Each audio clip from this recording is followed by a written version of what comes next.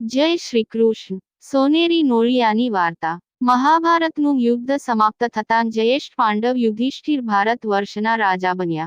એમણે અશ્વમેઘ યજ્ઞ દ્વારા વિશાળ સામ્રાજ્યનું આધિપત્ય મેળવ્યું અને એમના રાજની સફળતાપૂર્વક શરૂઆત કરી. તેઓ અવારનવાર ગરીબો અને ભૂખ્યા લોકો માટે મિજબાનીઓનું આયોજન કરતા. ગરીબો અને બ્રાહ્મણોને ભોજન તથા દાન આપીને એમને ગર્વ થતો. એક વખત આવો ભોજન સમારંભ યોજ્યા બાદ યુધિષ્ઠિર વિચારતા હતા કે દુનિયામાં એમના જેવો બીજો કોઈ રાજા હશે જે આવું દાનપુણ્ય કરતો હોય. શ્રીકૃષ્ણ સમજી ગયા કે યુધિષ્ઠિર મનમાં શું વિચારી રહ્યા છે. શ્રીકૃષ્ણે તરત જ એક લીલા રચી. મહેમાનોએ ભોજન લઈ વિદાય લીધી પછી ભોજનમંડપમાં જ્યાં ભોજન લેવાયું હતું તે જગ્યાએ થોડું વધેલું અન્ન વેરાયેલું હતું.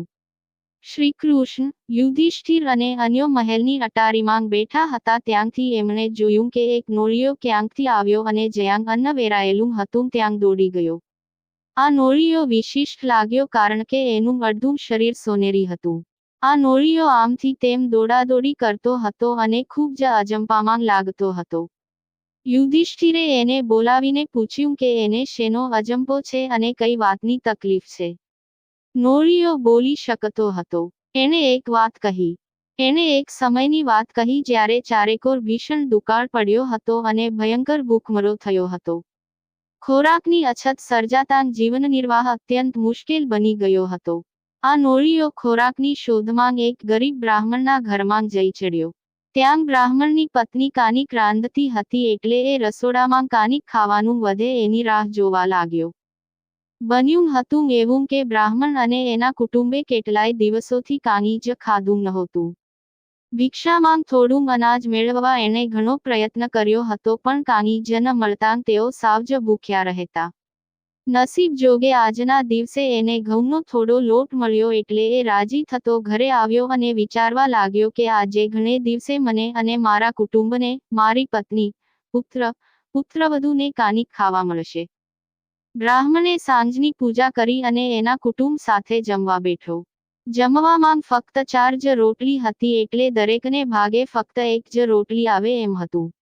તેઓ જમવાની હજુ તો શરૂઆત જ કરતા હતા એવામાં દ્વાર પર એક ભિક્ષુક આવ્યો. ભિક્ષુક ભૂખથી મરી રહ્યો હતો એટલે એણે તાત્કાલિક કાનિક ખાવાનું આપવા કહ્યું. બ્રાહ્મણ માટે તો આ સત્યની કસોટી હતી. એક બાજુ એનું પોતાનું કુટુંબ ભૂખથી પીડાતું હતું અને અહીં ગૃહસ્થ ધર્મનું આચરણ કરવાનું હતું. ગૃહસ્થ માટે તો અતિથિ દેવો ભવ, આંગણે આવેલ અતિથિ તો ભગવાન ગણાય. એને યોગ્ય સત્કાર કર્યા વિના પાછો ન મોકલાય. ભૂખ્યા બ્રાહ્મણે એની પત્નીને કહ્યું કે એના ભાગની રોટલી ભિક્ષુકને આપી દે. ભિક્ષુકે એક રોટલી ખાધી અને કહ્યું કે, અરે, આ રોટલી ખાઈને તો મારી ભૂખ ઉગડી ગઈ. મને થોડું વધારે ખાવા આપો. બ્રાહ્મણની પત્નીએ એના પોતાના ભાગની રોટલી પણ ભિક્ષુકને આપી દીધી. એણે વિચાર્યું કે પોતાના પતિ સાથે જવાબદારી નિભાવવાની એની ફરજ હતી. ભિક્ષુક હજુ ધરાયો નહોતો. એણે વધુ ખાવાનું માંગ્યું. બ્રાહ્મણના પુત્રએ પોતાના ભાગની રોટલી પણ આપી દીધી. ભિક્ષુક હજુ પણ ભૂખ્યો હતો એટલે બ્રાહ્મણની પુત્રવધૂએ પણ એના ભાગની રોટલી ભિક્ષુકને આપી દીધી. આ કુટુંબના જીવનની આ અંતિમ કસોટી હતી. હવે ભિક્ષુકની ભૂખ શાંત થતાં એણે સંતોષ સાથે વિદાય લીધી. પરંતુ બ્રાહ્મણનું કુટુંબ હવે ભૂખ સહન કરી શકે એમ નહોતું. એક પછી એક 4 જણ મૃત્યુ પામ્યા. હેબતાઈ ગયેલા નોળિયાએ આ આખી ઘટના જોઈ.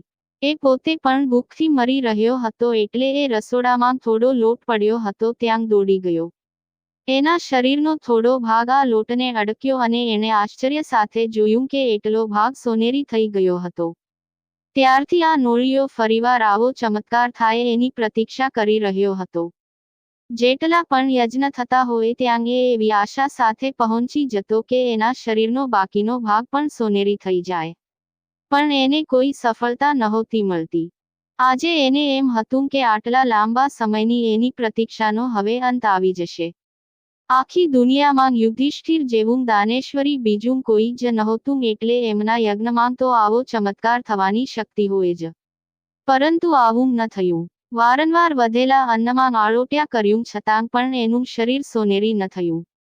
નોળિયો ખૂબ જ હતાશ થઈ ગયો. આ વાત પરથી યુધિષ્ઠિરને સ્પષ્ટ સંદેશ મળી ગયો. એમને ખ્યાલ આવી ગયો કે પેલા ગરીબ બ્રાહ્મણ કુટુંબે કરેલું દાન ઘણું જ ચઢિયાતું હતું. યુધિષ્ઠિર પાસે તો ધનનો ભંડાર હતો, છતાં એમણે તો એમાંથી થોડો ભાગ જ દાન કર્યો હતો. જ્યારે બ્રાહ્મણના ભૂખથી મરતા કુટુંબ પાસે તો ફક્ત 4 રોટલીઓ જ હતી, જે એમને જીવાડવા અત્યંત જરૂરી હતી. તો પણ એમણે ઈશ્વર પરની શ્રદ્ધા અને એમના ગૃહસ્થ ધર્મને માટે પોતાનું સર્વસ્વ ત્યાગી દીધું. जय श्री कृष्ण। वीडियो लाइक करें और चैनल सब्सक्राइब करें। धन्यवाद।